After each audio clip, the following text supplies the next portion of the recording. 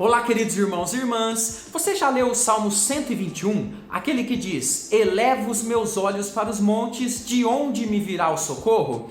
Seja sincero comigo, você compreendeu o que o salmista está querendo ensinar ali?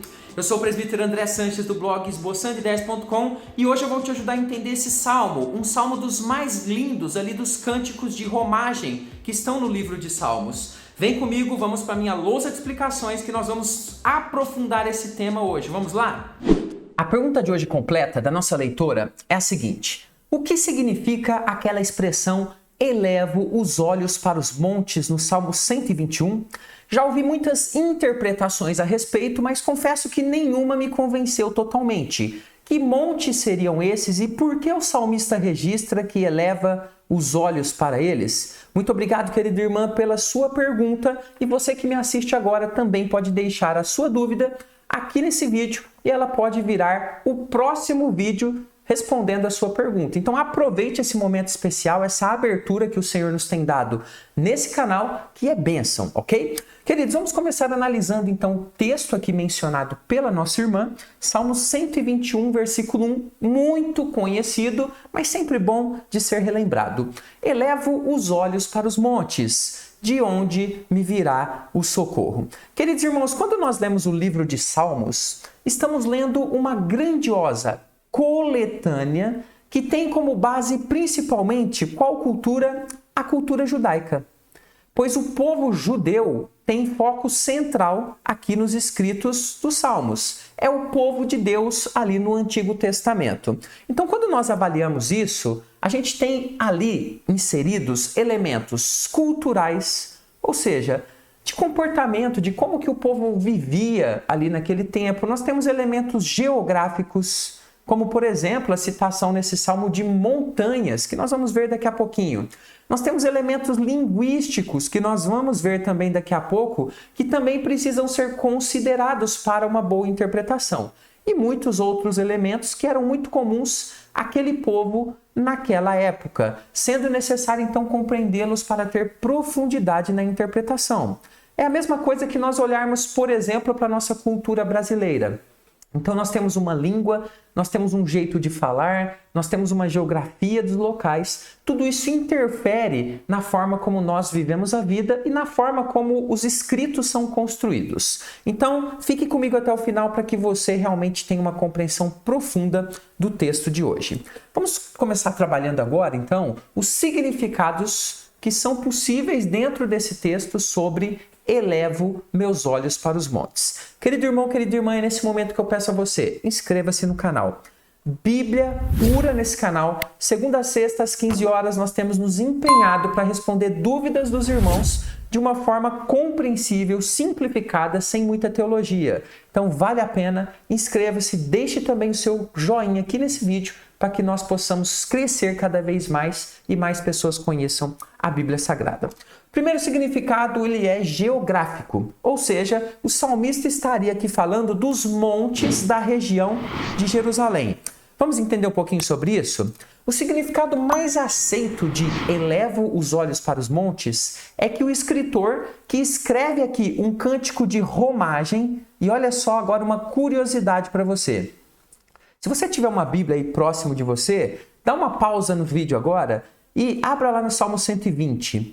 Do Salmo 120 até o Salmo 134, você vai encontrar nos subtítulos, ou seja, aquele escrito que vem antes de começar o texto, escrito assim, Cânticos de Romagem, ou Cântico dos Degraus. O que significa isso? Eram cânticos de peregrinação, cantados pelos fiéis quando em viagem para as festas do povo judeu. Então era como se fosse um livro de cânticos, essa parte aqui dos Salmos, ok? O povo utilizava quando estavam viajando em grupo para peregrinar em Jerusalém, para ir para as festas, para participar dos sacrifícios lá no templo. Então são salmos muito especiais e interessantes. Então aqui dentro desse contexto, o escritor estava então justamente a contemplar a grandeza das montanhas de Jerusalém.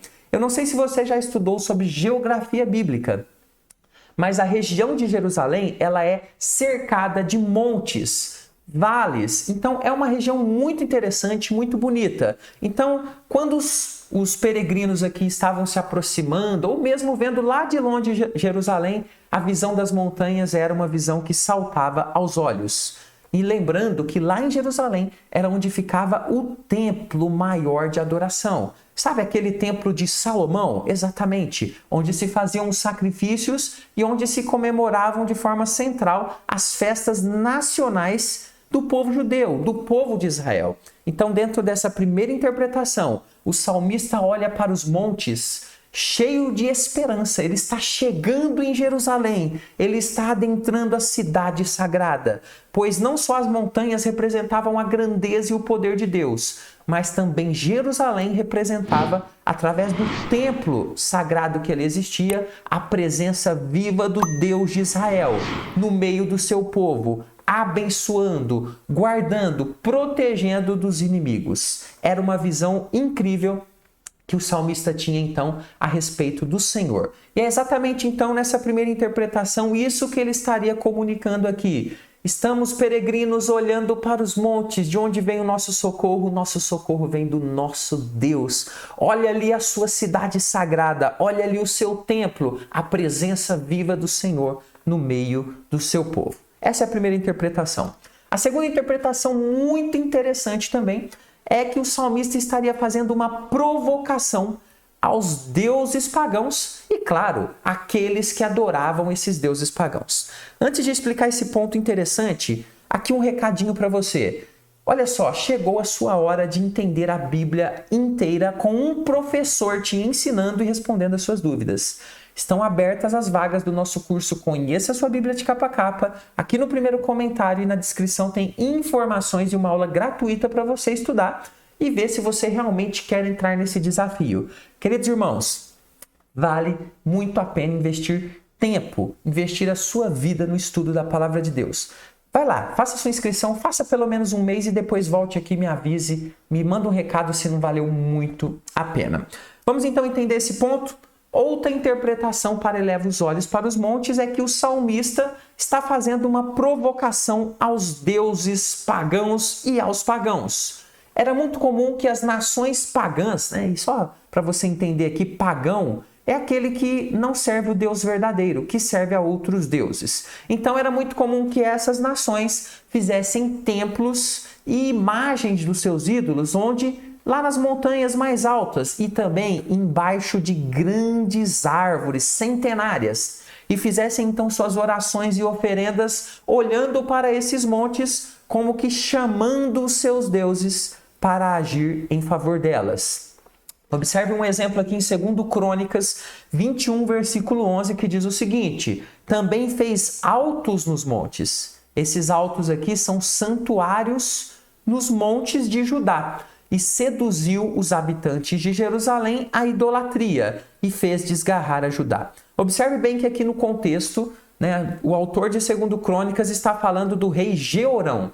Era um rei que fazia parte do povo de Deus, mas ele se desviou e ele começou então a copiar os costumes pagãos de construir santuários em montes e levou o povo à idolatria. E esse exemplo então é citado aqui na Bíblia como um péssimo exemplo de um péssimo rei que abandonou o Senhor. Os pagãos faziam exatamente isso. Eles adoravam os montes, achavam que os seus deuses eram adorados quando se construíam aí templos, santuários em grandes montes e embaixo de árvores frondosas. O salmista então estaria aqui, queridos, em sua contemplação, deixando claro que o socorro só poderia vir do único Deus verdadeiro e não de qualquer Deus falso que nós sabemos que não existem. Observe bem o próximo versículo, Salmo 121, versículo 2, que ele diz o seguinte: o meu socorro vem do Senhor que fez o céu e a terra. E agora aqui uma dica de linguística para você. Ali onde o tradutor para o português utilizou a palavra Senhor, tudo em maiúsculas, ok? Observe bem como está na tela. No original em hebraico, é o que ali? O nome de Deus. Não é um título, Senhor, mas é o nome de Deus que Deus revelou lá a Moisés. Então está ali no original Jeová, o nome do Senhor. Alguns traduzem também como Javé. ok? O que eu quero passar aqui para você é que o salmista está, então, demonstrando que existe apenas um Deus verdadeiro. De onde pode vir o socorro? Os deuses que alguns dizem que estão lá nos montes são nada, não podem socorrer porque eles não existem, eles são ilusão dos povos pagãos. Então, dentro dessa segunda interpretação, a ideia seria provocativa, então, aos pagãos e, claro, lembrando o povo de Deus que só existe um e que eles não poderiam se desviar de forma alguma desse Deus verdadeiro. Era só eles olharem para as montanhas, ao longe, que eles veriam e lembrariam de tudo que Deus fez ali em Jerusalém, de tudo que Deus fez para o seu povo, trazendo lá da escravidão do Egito para uma terra prometida. O Senhor fez isso. Então, queridos, considerando qualquer uma das duas interpretações, podemos notar que o salmista está focado na presença viva do Deus que o socorre. O salmista tem plena confiança nele. Quando ele pergunta de onde me virá o socorro, ao final do verso 1, não está de modo algum duvidando que Deus o socorreria, mas fazendo uma pergunta chamada retórica para exatamente introduzir uma resposta que seu coração já conhecia, muito bem. E o que é essa resposta? A resposta é o que nós já lemos. O meu socorro vem do Senhor, que fez o céu e a terra. Queridos irmãos, espero que tenham gostado. Deixo aqui para vocês mais estudo bíblico. Tire mais 10 minutos do seu tempo. Pare de ver site de fofoca gospel e esse tipo de coisa. Pare de ver coisa que não edifica e coloque esse tempo no estudo da Bíblia. E daqui a um mês, vem aqui no canal e me fale se isso não foi impactante para o seu coração. Fico por aqui. Até o próximo estudo. Fica com Jesus.